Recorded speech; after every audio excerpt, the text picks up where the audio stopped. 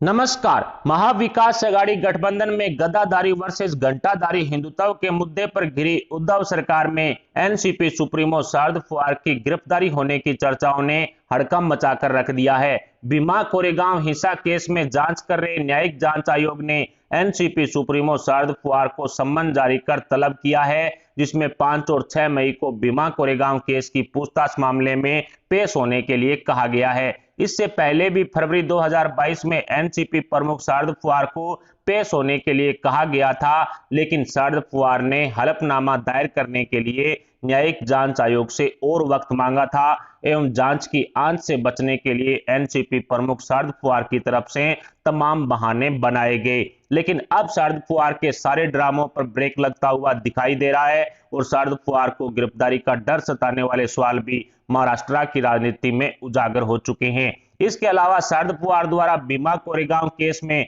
कुछ छिपाने वाले सवालों और जांच आयोग के सामने पेशी से शरद पवार को लगने वाले डर की चर्चाएं महाराष्ट्र की राजनीति में शुरू हो चुकी है। 3 पहियों वाली आघाड़ी गैंग की गाड़ी के ड्राइवर शरद पवार तक जांच की आंच पहुंचने से एनसीपी कांग्रेस शिवसेना के नेताओं में खलबली मची हुई है। खैर, बीजेपी नेताओं द्वारा जून 2022 तक उद्धव सरकार गिरने की जो भविष्यवाणी की गई थी, उसकी आधारशिला रखने के कई कारणों का खुलासा हो चुका है। कहते हैं कि राजनीति में अगर दूरदर्शिता ना हो तो सत्ता और पार्टी की पारी लंबी नहीं चलती। महाराष्ट्र की राजनीति में ये बात शिवसेना प्रमुख उद्धव ठाकरे पर पूर्णतः लागू होती है, लेकिन उद्धव सरकार गिरने के हुए खुलासे के अनुसार भारतीय जनता पार्टी ने शिवसेना को अपने जाल में फंसा लिया है और महाराष्ट्र नवनिर्माण सेना प्रमुख राज ठाकरे के साथ बीजेपी ने गठबंधन कर शिवसेना के होश उड़ा दिए हैं। बीजेपी नेता नारायण राणे द्वारा जून 2022 तक उद्धव सरकार गिरने की भविष्यवाणी इसलिए की गई थी क्योंकि बीजेपी और एमएनएस के बीच में हुए गठबंधन का आधिकारिक तौर पर ऐलान 14 जून को होने जा रहा है और हिंदुत्व के मुद्दे पर घिरी शिवसेना को रिप्लेस करने का काम भारतीय जनता पार्टी करने जा रही है। यही कारण रहा कि 1 मई को एमएनएस प्रमुख राज ठाकरे द्वारा औरंगाबाद में की जाने वाली जनसभा की परमिशन उद्धव सरकार द्वारा दे दी गई है ताकि शिवसेना के अंदरूनी डर को कोई भांप ना सके। हालांकि औरंगाबाद में उद्धव सरकार द्वारा 9 मई तक धारा 144 लगाने की खबरें भी आई थी, लेकिन ऐसा करने से राज ठाकरे की ग्रैंड एंट्री से घबराई शिवसेना का अंदरूनी डर आम जनता के सामने मुखर हो जाता और उद्धव सरकार के इसी डर को छुपाने के लिए धारा 144 को हटाकर 16 शर्तों के साथ राज ठाकरे को औरंगाबाद में जनसभा करने की परमिशन दे दी गई है। हालांकि इन 16 शर्तों को पढ़ने के बाद ऐसा लग रहा है कि उद्धव ठाकरे ने राज ठाकरे को जनसभा की परमिशन तो दे दी, लेकिन जनसभा में राज ठाकरे के मुंह पर ताला लगाने का काम भी उद्धव सरकार द्वारा कर दिया गया है। कुछ शर्तों पर प्रकाश डालें तो शाम 4:30 बजे से 9:45 तक जनसभा की परमिशन दी गई है। 15,000 से ज्यादा लोग इस जनसभा में शामिल नहीं हो सकते। किसी तरह के धार्मिक और जातिवाद वाले नारे नहीं लगाए जा सकते, यानी कि जय श्री राम बोलने पर पाबंदी लगाने जैसी शर्तें उद्धव सरकार द्वारा रख दी गई है। इसके अलावा हर तरह के अनुशासन की पालना करनी होगी और सबसे बड़ी बात, लाउड स्पीकर का प्रयोग सुप्रीम कोर्ट के आदेशानुसार ही राज ठाकरे को करना होगा और इन सभी शर्तों में से किसी भी शर्त का उल्लंघन हुआ तो जनसभा आयोजक को उठाकर जेल में डाल दिया जाएगा। यानी कि उद्धव ठाकरे ने जनसभा की परमिशन तो दे दी, लेकिन शिवसेना का अंदरूनी डर इसमें साफ साफ दिखाई दे रहा है कि कहीं राज ठाकरे शिवसेना के वोट बैंक में परमानेंट सेंधमारी ना कर ले।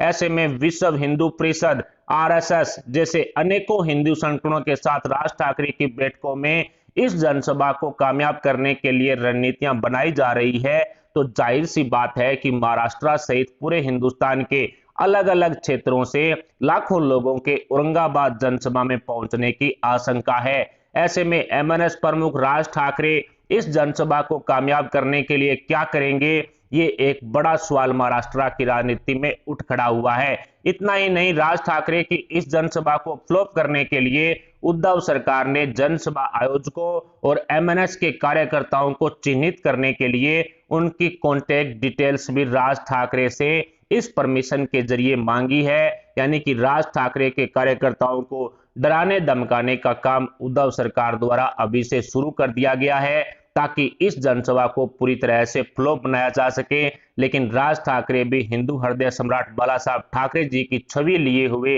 हिंदुत्व के मुद्दे पर आक्रामक है, और क्या राज ठाकरे इस परमिशन को लेकर अपने कदम पीछे हटाएंगे, ये भी एक बड़ा सवाल बना हुआ है। लेकिन राज ठाकरे के आक्रामक रूप को देखते हुए ऐसा लग नहीं रहा है कि आदरणीय श्री बाला साहब ठाकरे जी की तरह ही राज ठाकरे भी अपने कदम पीछे हटाएंगे। ऐसे में लाउड स्पीकर के मुद्दे पर शुरू हुए बवाल का क्लाइमेक्स 1 मई को औरंगाबाद में राज ठाकरे की जनसभा में देखने को मिलेगा। लेकिन इन नियमों और शर्तों वाले उद्धव सरकार के ड्रामे से शिवसेना प्रमुख उद्धव ठाकरे को कितना नुकसान होगा, इसका अनुमान भी नहीं लगाया जा सकता है, क्योंकि महाराष्ट्र की राजनीति गद्दाधारी वर्सेस घंटाधारी हिंदुत्व से अब गद्दाधारी वर्सेस गधाधारी हिंदुत्व के मुद्दे पर आ पहुंची है। भारतीय जनता पार्टी के नेताओं ने उद्धव ठाकरे के गधाधारी वाले हिंदुत्व की फोटो ट्वीट करते हुए शिवसेना को घेरने का काम किया है, जो उद्धव ठाकरे के लिए गले की फांस बन चुका है। इस फोटो में बीजेपी नेताओं ने उद्धव ठाकरे के माथे पर तिलक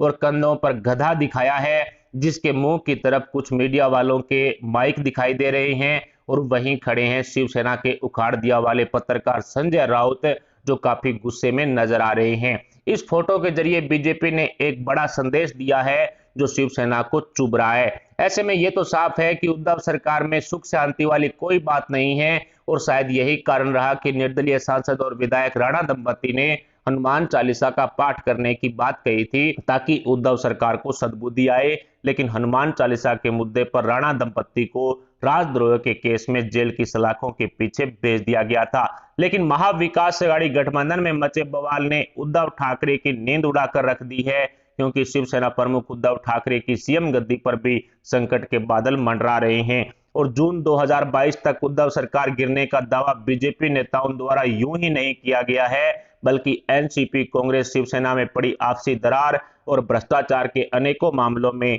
केंद्रीय जांच एजेंसियों की रडार पर चल रहे उद्धव सरकार के मंत्रियों के घोटालों के होने वाले खुलासों को ध्यान में रखते हुए तीनों पार्टियों में आपसी दरार पैदा होने के बाद उद्धव सरकार गिरने का दावा विपक्ष द्वारा लगातार किया जा रहा है। एक तरफ गद्दाधारी वर्सेस गधाधारी हिंदुत्व के मुद्दे पर शिवसेना में हड़कंप मचा हुआ है, तो दूसरी तरफ महाराष्ट्र कांग्रेस के विधायकों ने उद्धव सरकार के खिलाफ मोर्चा खोल दिया है। कभी कांग्रेस के 22 से ज्यादा विधायक महाराष्ट्र से फरार होकर दिल्ली में 10 जनपद पर सोनिया गांधी के सामने उद्धव सरकार के खिलाफ रोष व्याप्त कर महाविकास अघाड़ी गठबंधन से बाहर निकलने की गुहार लगाते हैं, तो कभी उद्धव ठाकरे को मुख्यमंत्री की गद्दी से उठाकर एनसीपी सुप्रीमो शरद पवार को सीएम गद्दी पर बैठाने की मुहिम शुरू कर देते हैं, तो कभी विपक्ष द्वारा शिवसेना के 25 से ज्यादा विधायकों में उद्धव ठाकरे के खिलाफ रोष व्याप्त होने का दावा ठोक दिया जाता है, जो निकट भविष्य में शिवसेना छोड़ भारतीय जनता पार्टी का दामन थाम सकते हैं। तो कभी महाराष्ट्र में बिगड़ी कानून व्यवस्था को देखते हुए खुद शिवसेना के नेता संजय राउत द्वारा राष्ट्रीय शासन लगने की आशंका जता दी जाती है, तो कभी बीजेपी के नेताओं पर शिवसेना के गुंडों द्वारा किए गए हमले की शिकायत लेकर विपक्षी नेता केंद्रीय गृह मंत्रालय और महाराष्ट्र के राज्यपाल भगत सिंह कोश्यारी की शरण में पहुंच जाते हैं। ऐसे में कहा जा सकता है कि महाराष्ट्र की राजनीति में कुछ भी ठीक नहीं चल रहा, और एनसीपी, कांग्रेस, शिवसेना के महाविकास अघाड़ी गठबंधन पर लगातार संकट के बादल मंडरा रहे हैं, जो किसी भी वक्त विकराल रूप धारण कर सकता है। इसके अलावा loud speaker versus Hanuman Chalisa के मुद्दे पर मचे बवाल का क्लाइमेक्स 3 मई को देखने को मिलेगा, जिसमें एमएनएस प्रमुख राज ठाकरे मस्जिदों से लाउड स्पीकर नहीं हटाने के बाद सभी मस्जिदों के सामने एमएनएस के कार्यकर्ता लाउड स्पीकरों में हनुमान चालीसा पढ़ने वाला अल्टीमेटम पूरा करेंगे, और इसके बाद उद्धव सरकार किस तरह का एक्शन लेगी, ये देखना भी काफी दिलचस्प होगा। लेकिन जिस तरह से महाविकास अघाड़ी गठबंधन में एनसीपी, कांग्रेस, शिवसेना के नेताओं की आपसी फूट सामने आ रही है, उससे ऐसा लग रहा है कि उद्धव सरकार खुद ब खुद जून 2022 तक गिर जाएगी। सोनिया गांधी की बेइज्जती करने का काम भी मुख्यमंत्री उद्धव ठाकरे की तरफ से कर दिया गया है। बताया जा रहा है कि सोनिया गांधी ने कई गैर विपक्षी नेताओं के साथ मिलकर और गैर बीजेपी शासित 13 मुख्यमंत्रियों के साथ एक संयुक्त बयान जारी किया था, जिसमें रामनवमी और हनुमान जन्मोत्सव के दौरान जो हिंसा हुई उसके आरोप मोदी सरकार पर मढ़े गए। सोनिया गांधी की अध्यक्षता में विपक्षी नेताओं और गैर बीजेपी शासित 13 मुख्यमंत्रियों की तरफ से जो संयुक्त बयान जारी किया गया, उसमें साफ कहा गया है कि मोदी सरकार में सांप्रदायिक हिंसा बढ़ने का काम हुआ है, यानी कि कहीं ना कहीं मोदी सरकार पर सांप्रदायिक हिंसा बढ़ाने के आरोप हैं वो सोनिया गांधी और उनकी पूरी सेना की तरफ से लगाए गए हैं। लेकिन इसी दौरान इस लेटर पर हस्ताक्षर करने के लिए जब सोनिया गांधी ने महाराष्ट्र के मुख्यमंत्री या यूं कहें कि गैर बीजेपी शासित मुख्यमंत्री उद्धव ठाकरे से संपर्क साधा, तो उद्धव ठाकरे ने इस संयुक्त बयान पर अपनी सहमति जताने से इनकार कर दिया। यानी कि कहीं ना कहीं उद्धव ठाकरे को मोदी सरकार का डर भी सता रहा है, लेकिन दूसरी तरफ बराबर की पार्टनर महाविकास अघाड़ी गठबंधन में कांग्रेस को कहीं ना कहीं तगड़ा झटका देने का काम भी उद्धव ठाकरे की तरफ से कर दिया गया। इसी लेटर वार के बाद बताया जा रहा है कि महाराष्ट्र के 22 से ज्यादा विधायक महाराष्ट्र से फरार होकर के कांग्रेस आलाकमान सोनिया गांधी के साथ एक सीक्रेट बैठक करते हैं और इसी सीक्रेट बैठक में सोनिया सेना द्वारा सोनिया गांधी की हुई बेइज्जती का बदला लेने का प्रण लेते हैं, जिसके बाद महाराष्ट्र की राजनीति में कांग्रेस के नेताओं द्वारा हड़कंप मचा दिया जाता है। कांग्रेस की तरफ से साफ कहा जा रहा है कि मुख्यमंत्री उद्धव ठाकरे बतौर मुख्यमंत्री नीलबटे सन्नाटा है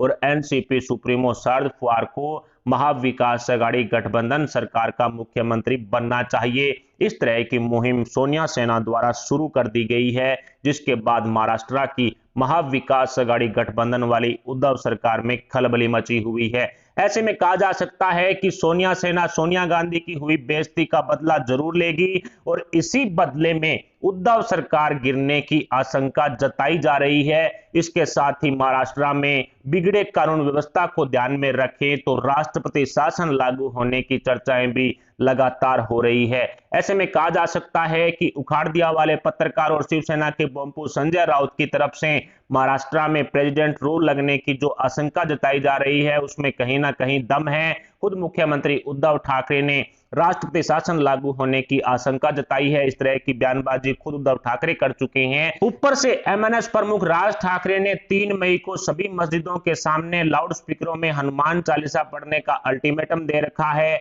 और 1 मई को औरंगाबाद में राज ठाकरे एक महाजनसभा करने जा रहे हैं और इस महाजनसभा में 15,000 से ज्यादा भीड़ जुटती है तो फिर उद्धव सरकार कोई बड़ा एक्शन लेगी। ऐसे में कहा जा सकता है कि महाराष्ट्र की कानून व्यवस्था काफी दरिद्र है और इसी कानून व्यवस्था की धज्जियां उड़ाने का काम उद्धव सरकार द्वारा लगातार किया जा रहा है। फिलहाल जून 2022 तक महाविकास अघाड़ी गठबंधन वाली उद्धव सरकार गिरने की जो भविष्यवाणी की गई है, उस पर आपके क्या विचार हैं और 1 मई को राज ठाकरे किस तरह के फैसले लेंगे, इस पर आप अपने विचार हमें कमेंट बॉक्स में जरूर बताएं। साथ ही वीडियो को लाइक करके हमारे चैनल को सब्सक्राइब जरूर कर लें। अभी के लिए इतना ही, मिलते हैं अगली बड़ी अपडेट अगली न्यूज के साथ। तब तक के लिए जय हिंद, जय भारत।